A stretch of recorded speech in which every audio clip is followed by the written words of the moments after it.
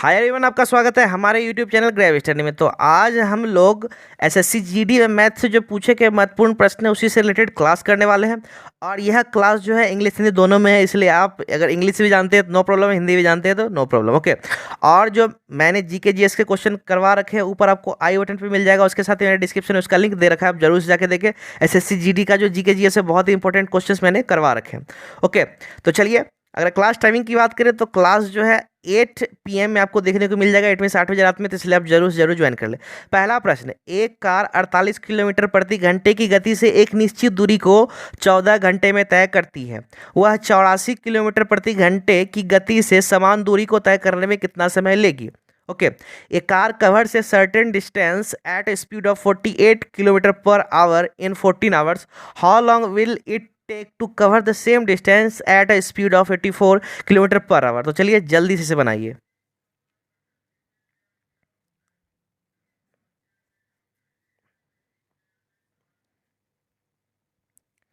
तो चलिए अब इसे बनाते हैं। तो यहाँ पे आप देख सकते हैं कि टाइम जो यहाँ दिया हुआ है 14, ठीक है, इट मीन्स 14 घंटे। और चाल की बात करें तो इट मीन्स जो स्पीड होता है, स्पीड यहाँ दिया हुआ है 48 किलोमीटर प्रति आवर, ठीक है। तो हमको यहाँ दूरी निकालना है। तो डिस्टेंस बराबर क्या होता है? Speed into time, it means दूरी बराबर चाल गुना समय। तो अब करना क्या है कि डिस्टेंस बराबर इट मीन्स दूरी बराबर दोनों को हम गुना कर देंगे, इट मीन्स 48 गुना 14, ठीक है। अब यहाँ पे मेरा 112 हो गया, 112 11, तो यहाँ पे हो जाएगा 672, ये हो गया किलोमीटर, इट मीन्स यह दूरी निकल गया। ओके, अब कहा जा रहा है कितना समय लेगा अगर 84 किलोमीटर प्रति घंटे की स्पीड से जाए तो।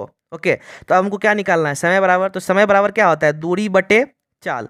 चाल कितना दिया हुआ है? 4 है। तो चलिए जल्दी से सब कट कर लेते हैं। तो यहाँ पे अगर कट करने की बात करें तो 8 बार में ये कट जाएगा, आप देख सकते हैं। ओके, तो इसका सही आंसर हो जाएगा ऑप्शन ए, 8 घंटा। अगला प्रश्न, रमेश 75 वस्तुएं 10,800 रुपये में खरीदता है तथा उनको 5 वस्तुओं के विक्रय मूल्य के बराबर हानि पर बेचता है।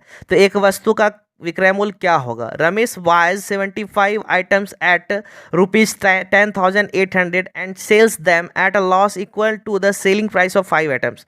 What will be the selling price of the item? तो चलिए जल्दी से बनाइए।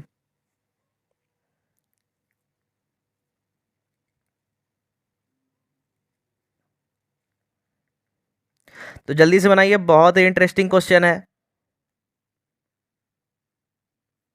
तो चलिए इस क्वेश्चन को बनाते हैं। यहाँ पे कहा जा रहा है 75 वस्तुएं 10,800 में खरीदता है। तो यहाँ सीपी जो है, क्रैमोल जिसको बोलते हैं, वह 10,800 दिया हुआ है। कितना वस्तु का? 75 वस्तु का। ओके, अगर हानि की बात करें तो हानि कब हो रहा है? 5 वस्तु के विक्रय मूल्य के बराबर हानि हो रहा है। तो यहाँ विक्रय मूल्य ही मेरे पास नहीं है, तो इसलिए हम करेंगे क्या? विक्रय मूल्य जो है, विक्रय मूल्य को एसपी लिख लेते हैं, सेलिंग प्राइस, ठीक है। तो विक्रय मूल्य मेरा एक्स हो गया एक वस्तु का, ठीक है। तो 75 वस्तु का एसपी मेरा कितना हो जाएगा? 75x हो जाएगा। ओके, क्योंकि 75 वस्तु को बेचना है। तो यहाँ कह रहा है कि 5 वस्तु के विक्रय मूल्य के बराबर हानि, तो यहाँ पे लॉस बराबर मेरा क्या हो जाएगा? हानि बराबर 5x, चूंकि एक वस्तु का यहाँ x है, एसपी मतलब सेलिंग प्राइस जो विक्रय मूल्य है, तो 5 वस्तु का कितना हो जाएगा? 5x हो जाएगा। ओके, अब आपको पता होगा सीपी जो बराबर जो होता है, कहने का मतलब क्रय मूल्य बराबर होता है एसपी प्लस लॉस, कहने का मतलब विक्रय मूल्य प्लस हानि। तो अब हम क्या करेंगे? दोनों को जोड़ देंगे। जोड़ने के बाद कितना हो गया? 80x। अब एक चीज़ ध्यान दीजिए, सीपी इट मीन्स क्रय मूल्य जो है 80x मेरा दिया हुआ है और यहाँ क्रय मूल्य 10,800 दिया हुआ है। तो कहने का मतलब यह दोनों जो होगा क्या होगा? बराबर होगा। तो 80x बराबर 10,800 लिख देना है। ओके, 80x बराबर 10,800। तो यहाँ पे सिंपली कर देंगे 80x बराबर 10,800। ओके, तो x बराबर क्या हो जाएगा? 10,800 बटा 80। अब इसे अगर कट कर दे तो 8 एकम 8, 8 तिया 24, 8 पंचे 40। तो 135 किसका वैल्यू हो गया? x का हो गया। और एक वस्तु का एसपी हम कितना माने थे? मतलब विक्रय मूल्य x माने थे, तो x का वैल्यू 135 आ गया, इसलिए इसका सही आंसर हो जाएगा ऑप्शन बी, 135 रुपया। अगला प्रश्न, एक कमरे की लंबाई, चौड़ाई और ऊंचाई 16 मीटर, 12 मीटर तथा 15 मीटर है। उस कमरे में रखी जाने वाली सबसे बड़ी छड़ की लंबाई क्या होगी? The length, width and height of a room are 16 meters, 12 meters and 15 meters. What will be the length of the largest rod to be kept in that room? तो चलिए इसे जल्दी से बनाइए।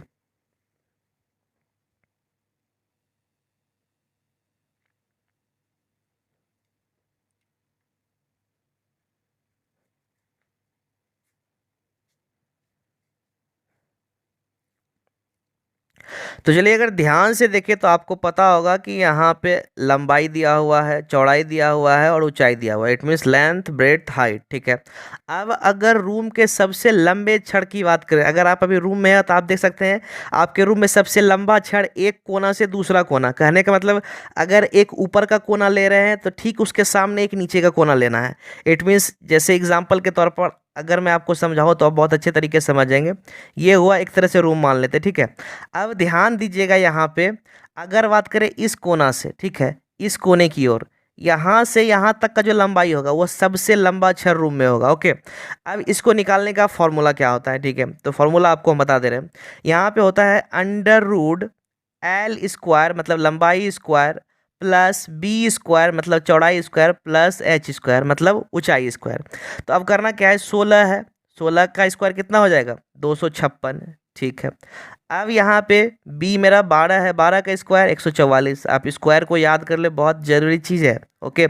15 का स्क्वायर यहाँ 225 हो जाएगा। ठीक है। अब सबको जोड़ देना है, 5 4 9 6 15, 1 4 2 6, 1 7 7 3 10, 7 5 12, 1 2 1 3 2 5 1 6, 625 अंडर रूट 625 आ गया। ठीक है। अब अंडर रूट 625 किसका होता है? 25 का होता है। हो गया आंसर, ऑप्शन डी। तो क्लास में आगे बढ़ने से पहले आपने अभी तक चैनल को सब्सक्राइब नहीं किया तो जल्दी से जाके नीचे रेड बटन दबा के सब्सक्राइब कर ले और बेल आइकन जरूर दबा ले, ताकि इससे जो भी हमारे नए वीडियोस हो उसका इन्फॉर्मेशन आपको सबसे पहले मिल जाएगा। इसलिए जरूर से जाके सब्सक्राइब कर ले अगर आप इस तरह के मज़ेदार वीडियोस देखना चाहते हैं तो चलिए अगला प्रश्न। यदि x अनुपात y इज इक्वल टू 7 अनुपात 5 तथा y अनुपात z इज इक्वल टू 7 अनुपात 11 है, तो x अनुपात y अनुपात z का अनुपात क्या होगा? ठीक है। If x ratio y is equal to 7:5 and y ratio z is equal to 7:11, then what will be the ratio of x ratio y ratio z? तो जल्दी से इसे बनाइए। तो यहाँ पे सिंपली अगर इसे बनाना है तो आपको करना क्या है कि सबसे पहले x अनुपात y अनुपात z कर लेना है। ओके। अब पहला बोला जा रहा है 7:5, तो इस तरह से आप 7:5 लिख लें। ओके। अब दूसरा बोला रहा है वाई जेड, तो वाई जेड यहाँ है मेरा। ठीक है। तो वाई जेड यहाँ है तो यहाँ 7:11 कहा जा रहा है। ठीक है भैया, 7:11 कोई दिक्कत नहीं है। ठीक है। अब यहाँ पे 5 है तो इसके सामने जो है 5 लिख देंगे। यहाँ पे 7 है, इस ये आप इस पे देखिएगा, ऊपर वाला 7 मत देखिएगा, यहाँ पे 7 कर देंगे। ओके। अब इस दोनों को गुना कर देना है, यहाँ 55 हो जाएगा। इस दोनों को गुना कर देंगे, यहाँ 35 हो जाएगा। इस दोनों को गुना कर देंगे, 49 हो जाएगा। 49 35 55। तो अब यहाँ किस में है 49 35 55? तो इसका सही आंसर हो जाएगा ऑप्शन डी। ओके। अगला प्रश्न। 8 संख्याओं का औसत 44 है, यदि प्रत्येक संख्याओं में y जोड़ा जाता है तो औसत 47 बन जाता है, तो y का मान क्या होगा? The average of 8 numbers is 44 if y is added to each number, then the average becomes 47, then what is the value of y? तो चलिए जल्दी से बनाइए, बहुत ईजी क्वेश्चन है। तो देखिए इसमें समय लेने वाली कोई बात है ही नहीं। ठीक है। ओके। तो अगर बात करें कि यहाँ 44 औसत है, ठीक है, सभी संख्याओं में मतलब जितना भी नंबर है सभी में y जोड़ा गया है, ठीक है, तो 47 बन जाता है। ठीक है। तो आपको बस ध्यान देना है कि 44 और 47, ठीक है, कितना का अंतर हो रहा है? 3 का। इसका सही आंसर हो जाएगा ऑप्शन 3। कहने का मतलब y का वैल्यू 3 है। तो आप कहेंगे यार इतना जल्दी कैसे? तो एक चीज़ मैं बता देना चाह रहा हूँ कि अगर, ठीक है, 44 मान लेते हैं औसत है। ओके। अगर सभी संख्याओं में 4 जोड़ा जाएगा तो औसत 4 बढ़ जाएगा। अगर सभी संख्याओं में 3 जोड़ा जाएगा तो 3 बढ़ जाएगा। ठीक है। इस चीज़ का आप ध्यान रखिएगा। तो इसीलिए इसका आंसर हो गया ऑप्शन 3। तो चलिए, अगर आप लोगों में से अगर कोई नेवी एमआर के बच्चे हैं, ओके, तो उसका क्लासेस भी 8 AM इट मीन्स 8 बजे सुबह करवाया जाता है, जो कि जीके जीएस और मैथ से रिलेटेड है। आप जरूर जाके देखें, बहुत इंपॉर्टेंट क्वेश्चंस मैंने करवा रखे हैं। ओके। अगला प्रश्न। एक दुकानदार 25% की छूट देने के पश्चात 40% लाभ कमाता है। अंकित मूल्य क्रय मूल्य से कितना प्रतिशत अधिक है? A shopkeeper makes a 40% profit after giving a discount of 25%। What percent the marked price is higher than the cost price? तो चलिए जल्दी से इसे बनाइए।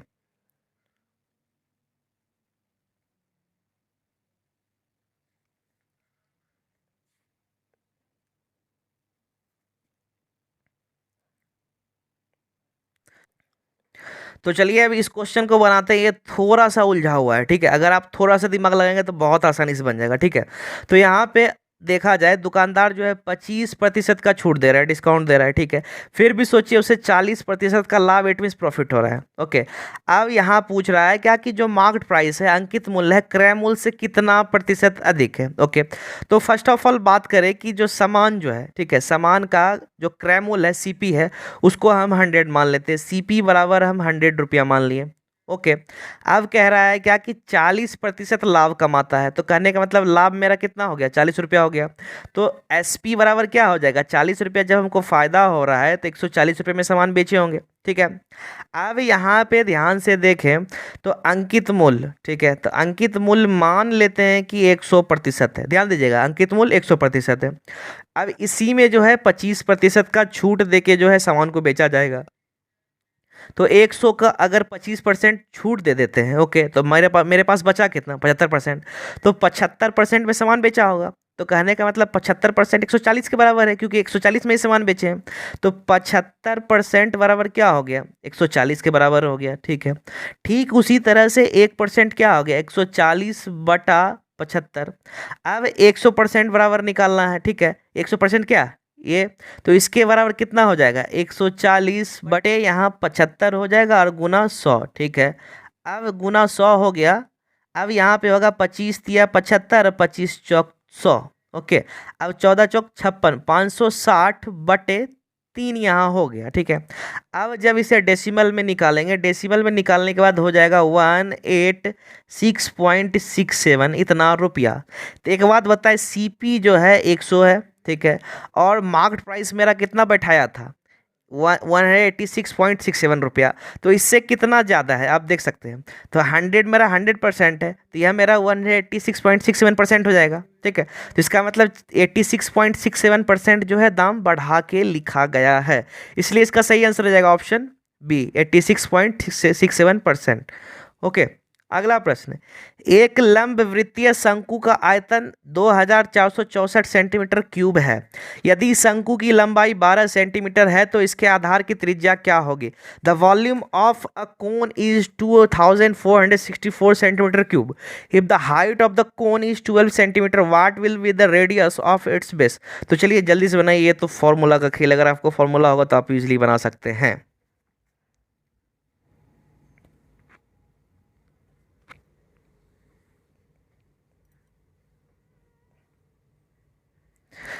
तो चलिए अब इसे बनाते हैं। तो यहाँ पे सिंपली अगर कोण की बात करें, इट मीन शंकु की, तो शंकु का जो आयतन होता है 1/3πr² होता है, ठीक है। इस चीज़ का ध्यान दीजिएगा। अब एक चीज़ ध्यान दीजिएगा, यह जो है किसके बराबर है, 2464 के बराबर है, ठीक है। अब इसे सॉल्व करना है, ठीक है, जल्दी से इसे सॉल्व कर लीजिए। 2464 बराबर 1/3 गुना 22/7 गुना r²। तो अब यहाँ h की बात करें, लंबाई या तो हाइट जो बोले वह 12 है, ओके। 3 से कट गया, 3 चौक 12, ठीक है। अब 7 जो है 24 64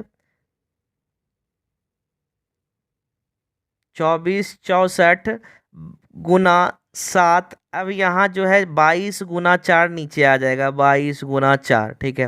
अब इसे चलिए जल्दी से सॉल्व करते हैं। अब इस साइड मेरा बचेगा क्या, r² बचेगा, ठीक है।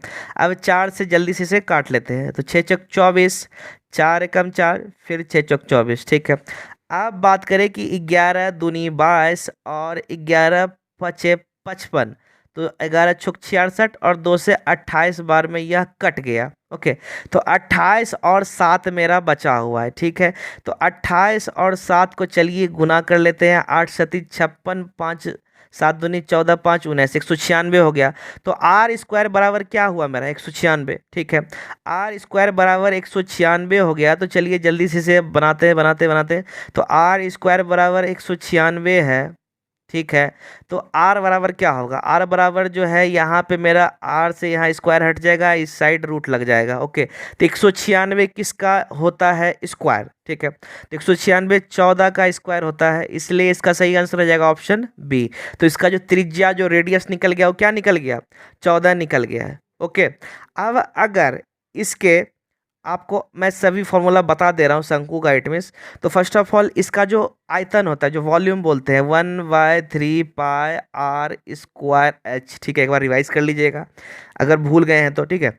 वक्र पृष्ठ क्षेत्रफल एक इसका फॉर्मूला था, जिसको कि कर्व सरफेस एरिया बोलते हैं, वह होता है πr/l, ठीक है। अब एक होता है टोटल सरफेस एरिया, मतलब पूरा सतह का जो क्षेत्रफल होता है, संपूर्ण पृष्ठ क्षेत्रफल जिसको बोलते हैं, ठीक है, उसका होता है πr/l प्लस πr²। इससे आप इजीली याद कर सकते हैं। बाकी अगर कॉमन लेने की बात करें तो बहुत कोई कॉमन लेके याद करता है, कॉमन लेने के बाद यह l प्लस r हो जाता है। तो इस तरह से भी आप याद कर सकते हैं। ओके, तो चलिए आगे क्वेश्चन बनाते हैं। यदि एक 12 वर्ष के लड़के को एक नए लड़के से बदलते हैं तो 18 लड़कों की औसत आयु 1.5 वर्ष बढ़ जाती है। नए लड़के की आयु क्या है? If a 12 years old boy is replaced by a new boy, the average age of 18 boys increased by 1.5 years. What is the age of the new boy? तो चलिए जल्दी से बनाइए, बहुत ही मजेदार क्वेश्चन है।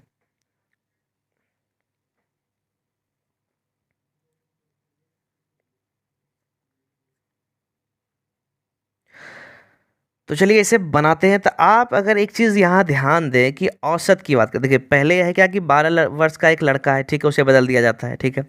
बदलने के बाद जो है 1.5 वर्ष बढ़ जाता है, ठीक है। औसत में क्या अंतर आता है? 1.5 वर्ष आता है, ठीक है। अब है क्या कि लड़कों की संख्या कितनी है? 18 है। तो अगर आप औसत निकालते होंगे तो लड़कों की संख्या जो है नीचे लिखाता है और टोटल उसका सम जो मतलब सभी का उम्र को जोड़ के जो लिखा जाता है वह ऊपर आता है, ठीक है। अब अगर मान लें यहाँ पे पुराना कोई औसत है, ठीक है, बढ़ोतरी कितना हुआ? 1.5 का, ठीक है। अब है क्या कि लड़का 18 का 18 ही है, सिर्फ बदला कर दिया गया है, मतलब 12 साल का जो लड़का था उसको निकाल दिया गया, नया लड़का को उसमें डाल दिया गया है, ठीक है। तो नया लड़का के वजह से जो देख ध्यान दीजिएगा औसत में कितनी बढ़ोतरी हुई? 1.5, ठीक है। अब क्या है कि 18 को अगर हम 1.5 से गुना करेंगे तो कितना हो जाएगा? 27 हो जाएगा, ठीक है। तो 27 जो बढ़ोतरी हुआ है, 27 जो यहाँ पे वह उम्र है, ठीक है। 27 उम्र बढ़ोतरी हुआ है किसके वजह से? नए लड़के के आने से। ध्यान दीजिएगा, नए लड़के के आने से। तो नए लड़के के आने से 27 जो बढ़ोतरी हुआ है, ठीक है। लेकिन लड़का कितने साल का है? 12 साल का है। अब जो नया लड़का होगा, ठीक है, वो उसका भी तो 12, अगर मान लेते हैं उसका कुछ उम्र है तो 12 साल तो कट रहा है, क्योंकि 12 साल का औसत पहले से जुड़ा हुआ है। 12 साल का बच्चा निकल गया है तो उसका जो उम्र होगा, उम्र में 12 ऑलरेडी मेरा औसत में इस्तेमाल हो रहा है, ठीक है। तो अब उसके बाद जो ओवर उसका जो एज होगा वो मेरा 27 है। तो कहने का मतलब अगर आप समझ रहे हैं तो 12 प्लस अगर 27 की बात करें, ठीक है, तो यहाँ मेरा 39 आंसर हो जाएगा, ऑप्शन डी।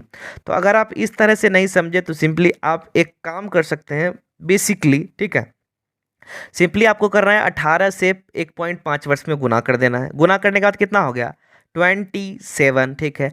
अब 27 को आपको इसमें जोड़ देना है, 39 हो गया। ओके, अगर आपको उस तरह से समझ में नहीं आ रहा है तो आप इस तरह से कर सकते हैं, आप फॉर्मेट बस समझ लीजिए। ओके, तो चलिए अगला प्रश्न।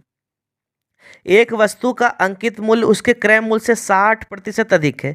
यदि वस्तु को 20% के लाभ पे बेचा गया तो छूट प्रतिशत क्या होगा? तो चलिए जल्दी से इसे बनाइए। The market price of an item is 60% more than its cost price.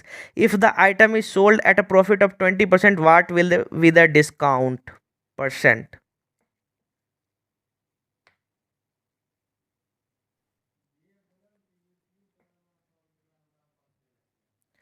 तो चलिए अब इसे बनाते हैं। आप देख सकते हैं यहाँ पे क्या है कि मार्केट प्राइस की बात करें वह जो है 60% कोस्ट प्राइस से अधिक है। कहने का मतलब क्रय मूल्य से 60% ज़्यादा है। ओके, तो क्रय मूल्य को अगर हम 100% मान लेते हैं, इट मीन्स सीपी जिसको बोलते हैं क्रय मूल्य।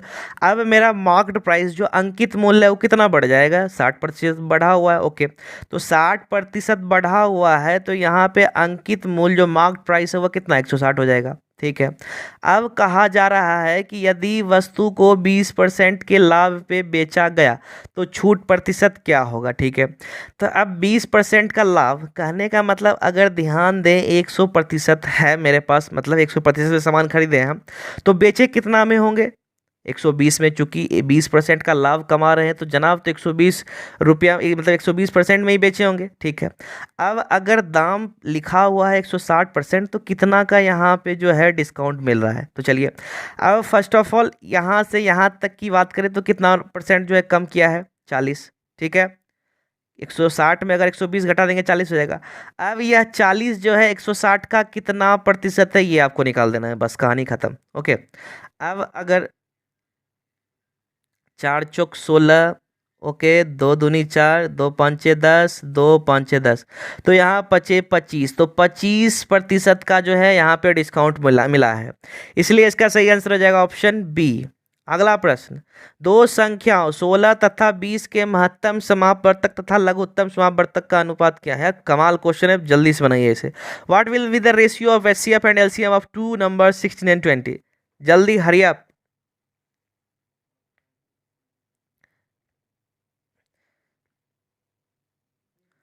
तो फर्स्ट ऑफ ऑल अगर इस दोनों संख्या की महत्तम की बात करें तो महत्तम यहाँ पे सीधा अगर ध्यान से आप देखें तो महत्तम इसका हो जाएगा 4। आप कहिएगा सर 4 कैसे आपने ले आया अचानक, तो सिंपली है, महत्तम की बात करें तो 4 तो आ गया, ठीक है। पहले आप बनाने का प्रोसेस जान लीजिए, मैं आपको शॉर्ट ट्रिक में एचसीएफ और शॉर्ट ट्रिक में एलसीएम कैसे निकालता हूँ इसके बारे में मैं बता दूंगा। ओके, तो यहाँ पे फर्स्ट ऑफ ऑल एचसीएफ मेरा कितना निकला, 4 निकल गया, ठीक है। अब कह रहा है कि एलसीएम, तो एलसीएम मेरा कितना हो जाएगा, तो एलसीएम की बात करें तो एलसीएम मेरा 80 हो जाएगा। लीजिए, अब 80 भी मैंने तुरंत बता दिया, कैसे होगा इसका भी मैं शॉर्ट ट्रिक बताऊंगा। तो दोनों का अनुपात पूछा जा रहा है तो 4, अब यहाँ पे 2, तो 1:20 इसका आंसर हो गया ऑप्शन ए। तो चलिए आप बताते हैं कि शॉर्ट में पहले एलसीएम कैसे निकालते हैं। तो एलसीएम शॉर्ट में निकालने के लिए फर्स्ट ऑफ ऑल अगर दो संख्या है तो फर्स्ट ऑफ ऑल करना क्या है, सबसे बड़ी संख्या को आप उठाएं 20, ठीक है। अब इसको करना क्या है कि 20 1 जा 20, ठीक है। 20 1 जा 20, 16 से भाग लगेगा, नहीं लगेगा। 22 जा 40, 16 से लग रहा है, नहीं लग रहा है। इस तरह से आपको करना है। तो अगर 24 जा बात करें 80, तो देखिए 80 16 से लग रहा है, तो इसलिए मेरा 80 एलसीएम हो गया। ओके, तो अब उसके बाद एचसीएफ की बात करें, एचसीएफ कैसे निकालना है, ठीक है। तो यहाँ पे एचसीएफ का मतलब होता है कि आखिर सबसे बड़ी कौन सी संख्या है जो दोनों को भाग लग सके, ठीक है। तो फर्स्ट ऑफ ऑल अगर 16 की बात करें तो मैंने 16 का आधा कर दिया 8, ठीक है। तो 8 से मैं यहाँ देख रहा हूँ 8 से दोनों में से कोई नहीं लग रहा है। ओके, अब 8 से दोनों कोई नहीं लग रहा है तो फिर मैंने उसका आधा कर दिया, ठीक है। अब 4, तो 4 की बात करें तो 4 को देखा जाए तो 4 से 16 लग रहा है और 4 से 20 लग रहा है, ठीक है। तो यह 4 जो मेरा हो गया, क्या हो गया, एचसीएफ हो गया। बहुत ईजी वे में आप निकालिए, ठीक है। तो आज का क्लास बस इतना ही। अगर आपने अभी तक सब्सक्राइब नहीं किया तो जल्दी जाकर सब्सक्राइब कर ले, और सब्सक्राइब जरूर से जरूर करें ताकि हम लोग को मोटिवेशन मिलता है, ठीक है। मैं और भी क्लास को इम्प्रूव करूंगा अगर आप इस तरफ से सब्सक्राइब करते रहो, और शेयर जरूर से जरूर करें अपने ग्रुप्स में ताकि और भी बच्चे जुड़ सके। ओके, और उसके साथ ही लाइक नहीं किया तो यार जल्दी से जाके लाइक कर ले, ठीक है। और अगर इसका पीडीएफ आप लेना चाहते हैं तो मैंने डिस्क्रिप्शन में टेलीग्राम का लिंक दे रखा है, आप सिंपली वहाँ जाके ज्वाइन कर ले, वहाँ पीडीएफ मिल जाएगा, आप इजीली डाउनलोड कर सकते हैं। Thank you.